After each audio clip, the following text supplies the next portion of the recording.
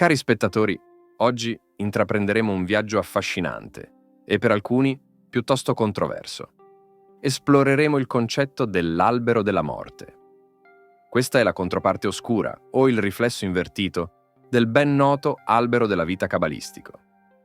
Si tratta di un diagramma che illustra le Qliphoth, o Qliphoth, intese come le controparti maligne di ogni Sefirah, ovvero forze che si oppongono alle 10 emanazioni divine. Sebbene le sue radici affondino nella Cabala medievale, questo concetto ha trovato la sua massima espansione nella Cabala lurianica e, in seguito, si è sviluppato prevalentemente come un derivato della Cabala occultista del XX secolo, piuttosto che come parte integrante della Cabala ebraica tradizionale. Nel corso di questo video ci chiederemo qual è la sua storia, qual è la sua filosofia intrinseca, chi sono coloro che lo studiano e lo praticano, e soprattutto come viene impiegato questo sistema. Vi invitiamo a lasciare un mi piace e di iscrivervi al canale. È un gesto semplice che ci supporta enormemente. Iniziamo.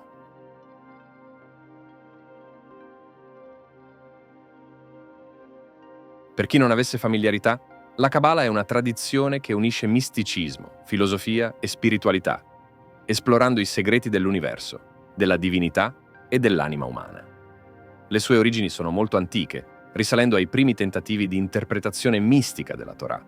Tuttavia, la Kabbalah, come la conosciamo oggi, si è consolidata tra l'XI e il XIII secolo, principalmente tra le comunità sefardite in Spagna e nel sud della Francia, che ne furono i principali custodi e sviluppatori.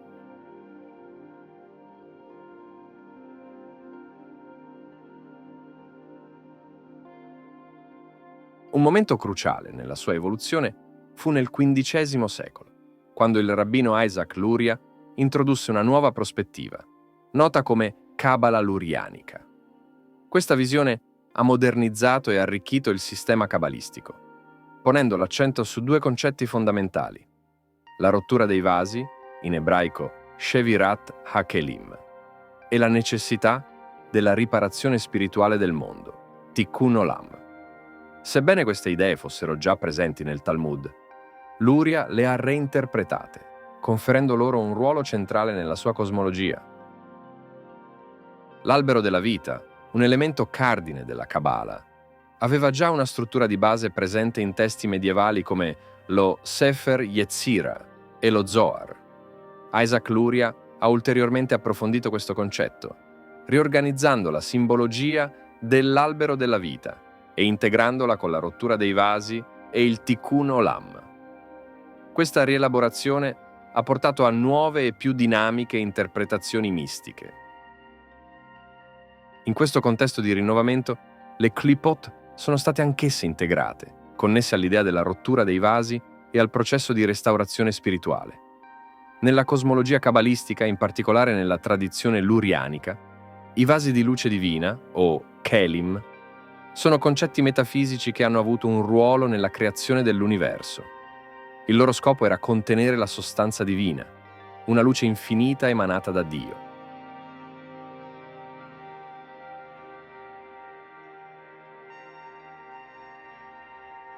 A causa di un intrinseco squilibrio nel processo creativo, questi vasi si frantumarono. Questo evento, la rottura dei vasi, è legato alla natura e alla capacità delle sefirot inferiori e superiori, un argomento di notevole complessità. Quando i vasi si ruppero, parte della luce che contenevano rimase intrappolata nelle Qliphoth. Queste ultime sono le forze negative che generano caos e male, e possono essere intese come i gusci o gli involucri che contengono i frammenti di luce divina caduta.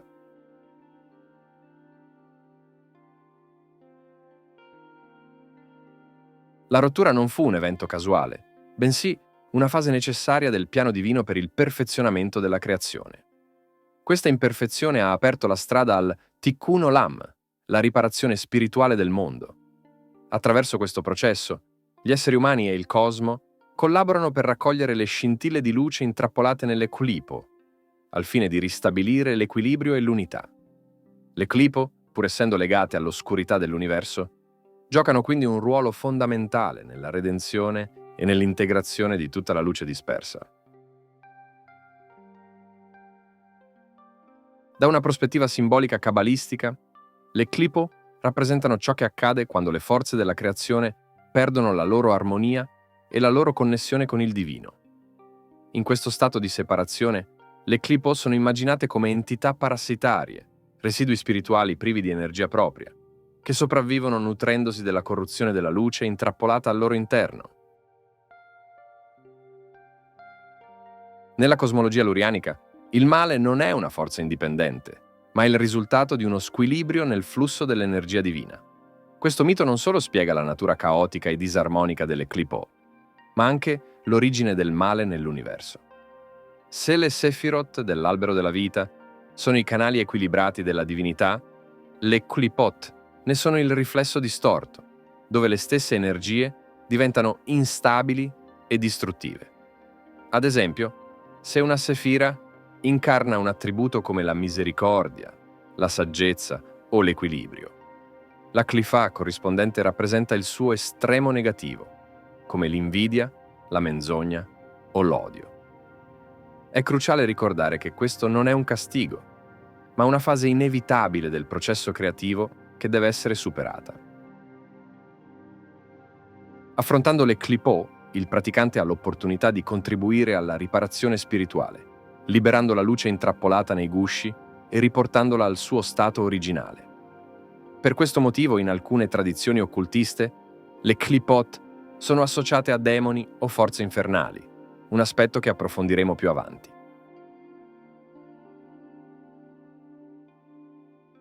Così come le Sefirot si organizzano nell'albero della vita, le Klipot si strutturano nell'albero della morte. Se le Sefirot sono manifestazioni divine in equilibrio, le Klipot rappresentano le stesse energie portate al loro estremo, in uno stato di disarmonia. Ad esempio, Keter, la prima Sefira, che simboleggia l'unità e la connessione con il divino, si riflette nell'albero della morte come la Khaifa Taumiel, una forza che incarna la divisione e il conflitto. L'albero della morte non è un'entità separata, ma un riflesso oscuro o inverso dell'albero della vita.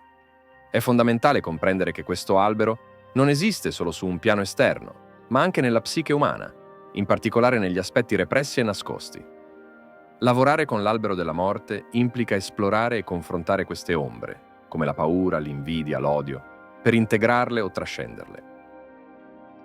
In tal senso, l'albero della morte è una mappa dell'oscurità che, attraverso la sua comprensione, può portare alla luce ciò che risiede nascosto e represso nel profondo dell'essere. Esistono diverse configurazioni dell'albero della morte. L'unica variazione significativa riguarda solitamente l'assegnazione o l'interpretazione di Lilith.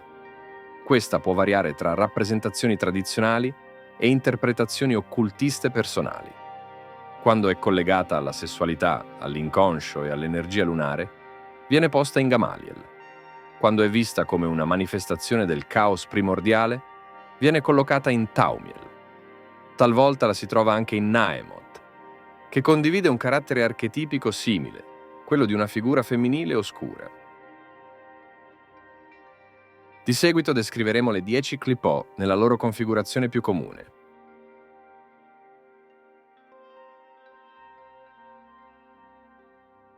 Taumiel, riflesso di Keter, la corona. Rappresenta la divisione e il conflitto tra forze opposte. Se Keter è l'unità, il non io precedente all'io, Taumiel è il suo esatto contrario. Frammentazione e lotta tra il superiore e l'inferiore, il divino e l'infernale. In demonologia è associata a Satana e Moloch, energie oscure che simboleggiano tirannia e dissonanza. Gagiel, riflesso oscuro di Chokmah, la saggezza, incarna la corruzione della saggezza, dove la conoscenza si trasforma in arroganza intellettuale. Rappresenta l'antagonismo verso il potenziale creativo e il movimento eterno di Chokmah. In demonologia è associata a Beelzebub, il signore delle mosche, che incarna decomposizione e superbia. Sattariel, riflesso di Binah, la comprensione, simboleggia l'occultamento, dove la comprensione si oscura e si muta in confusione. È la densità impenetrabile della forma. Lo scopo di Satariel è celare la vera natura dell'essere dietro un'illusione, una creazione artificiale, una maschera. In demonologia è associata a Lucifugo, l'archetipo della luce che si rifiuta di brillare.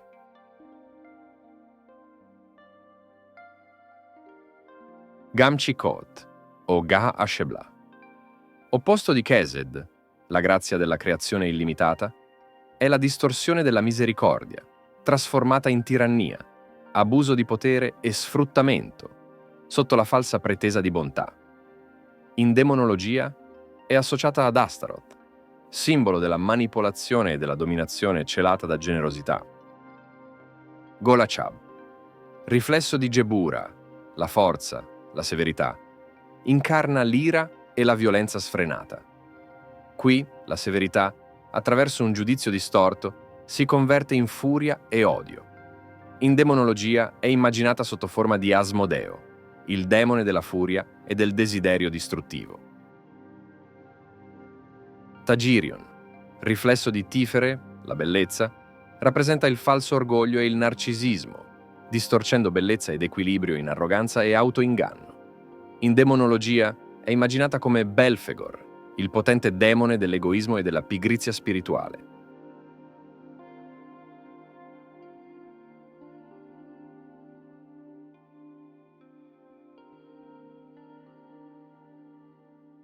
Arab Zarak, inverso di Netzach, la vittoria, è la perdizione, la perversione del desiderio, dove passione e piacere si trasformano in lussuria, ossessione e superficialità. Quando il principio creativo genera vita sconsideratamente, produce anche distruzione sconsideratamente. In demonologia è associata a Baal, una figura che rappresenta la distruzione di ciò che è generato dal principio creativo. Samael, riflesso di Hod, la gloria, lo splendore, simboleggia la distorsione dell'intelletto, dove la logica si converte in inganno, menzogna e manipolazione intellettuale. Nel regno della mente, l'ombra di Hod è rappresentata dalla menzogna, dall'astuzia o dall'inganno. In demonologia è correlata a Samael stesso e ad Adramelech, archetipi del tradimento e del caos logico. Gamaliel, o a volte Lilith, a seconda dell'interpretazione. Riflesso di Yesod, il fondamento, simboleggia i sogni oscuri, le illusioni e le fantasie negative che offuscano il fondamento spirituale. Perciò è associata a Lilith, la regina dei demoni, e simbolo della seduzione del caos, che può essere immaginata come quel desiderio insaziabile che consuma vitalità e creatività senza offrire nulla in cambio.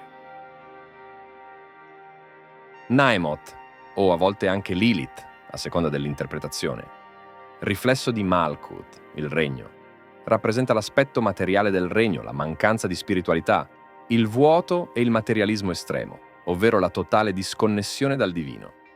In demonologia è associata a Namah, una figura demoniaca che simboleggia il piacere vuoto e l'ansia materialista.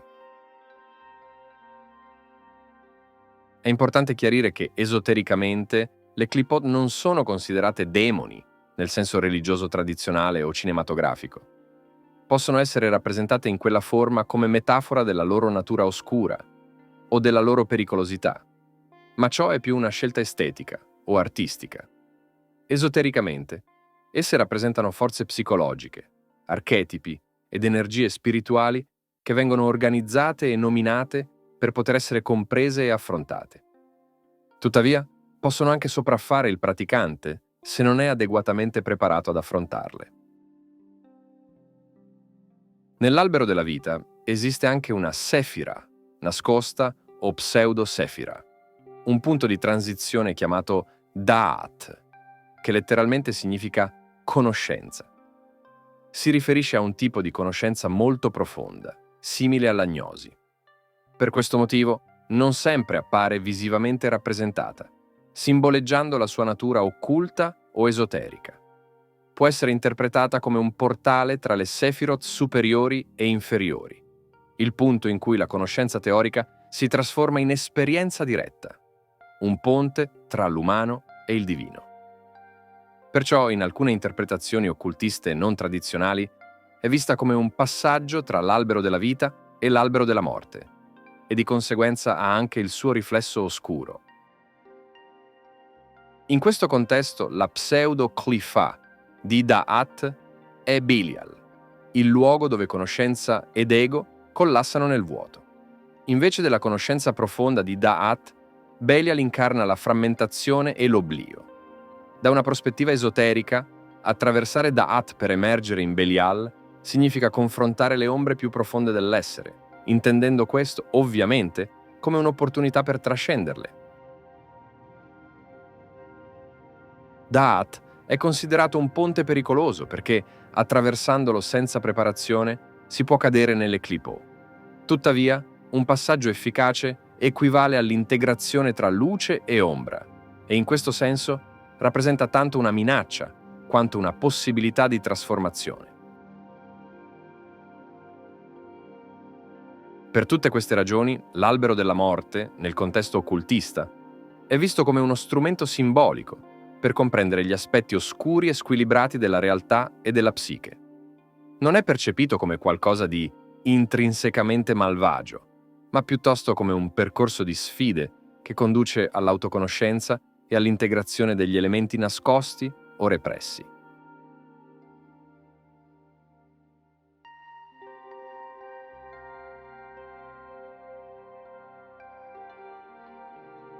Nel tempo, questo concetto si è evoluto dalle sue radici nel misticismo ebraico, venendo reinterpretato in diverse tradizioni magiche ed esoteriche moderne.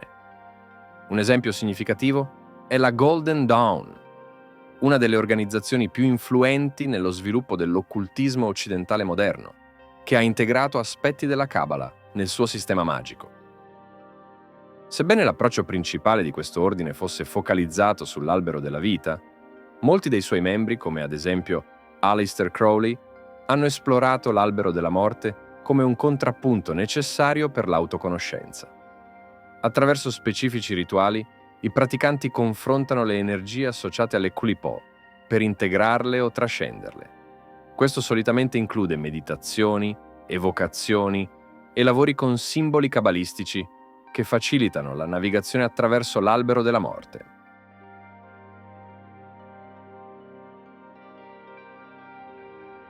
Nell'approccio della Golden Dawn, ogni Qlipha è considerata una sfida da affrontare con cautela e con un'adeguata preparazione spirituale. Un concetto simile si ritrova in alcune correnti luciferine moderne, dove le Qliphot sono viste come forze liberatrici e non come manifestazioni del male. Esse vengono interpretate simbolicamente come aspetti necessari per il processo di autopotenziamento personale. Scendendo attraverso l'albero della morte, il praticante si confronta con la propria ombra, con gli impulsi repressi e le paure, il che gli consente di trasformare quell'energia e integrarla nella sua psiche in modo consapevole. Queste tradizioni sottolineano la rottura con i tabù della rispettiva comunità, analizzando la natura delle Qlipho al di là della visione convenzionale del loro ambiente. Vedono nell'albero della morte un simbolo di autopotenziamento e autoscoperta, attraverso il confronto con ciò che è collettivamente proibito, guidati solamente dal proprio codice etico, dalla loro relazione con la demonologia e dalle possibilità creative che questo propone. L'uso dell'albero della morte è stato adottato anche in alcune correnti sataniste, in particolare nel satanismo teistico. Questo, a differenza del satanismo filosofico, ateo o simbolico, è una corrente che concepisce Satana come un'entità reale e cosciente, una divinità vivente. In questo contesto, le Qlipho non sono interpretate come elementi da trascendere, ma l'albero della morte è visto come una guida demonologica e le Qlipho come portali verso demoni reali, la cui energia oscura offre conoscenza e potere.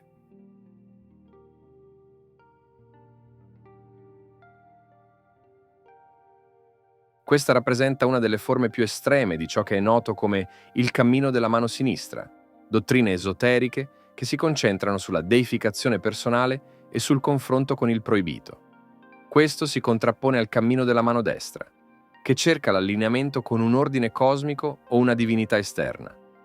Il cammino della mano sinistra privilegia la rottura con le strutture tradizionali e l'esplorazione dell'io come fonte di potere e divinità, dove il praticante non cerca di sottomettersi a un'autorità divina esterna, ma di elevarsi e trasformarsi in una figura divina a pieno diritto. Abbiamo esplorato l'albero della morte e le Qliphoth, un sistema complesso e spesso frainteso che offre una prospettiva unica sull'ombra e sulla luce, sul caos e sull'ordine. Dalle sue radici nella Cabala lurianica alle sue interpretazioni moderne nell'occultismo, abbiamo visto come questo concetto sia stato utilizzato per l'autoconoscenza, la trasformazione personale e, in alcuni casi, per l'esplorazione di sentieri spirituali non convenzionali.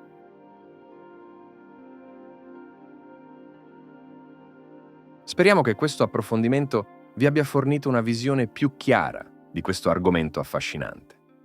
Ricordate, la comprensione di tali concetti richiede apertura mentale e un approccio critico, riconoscendo sempre la distinzione tra le tradizioni mistiche originali e le successive rielaborazioni. Grazie per averci seguito in questo viaggio nell'ignoto. Ci vediamo al prossimo video.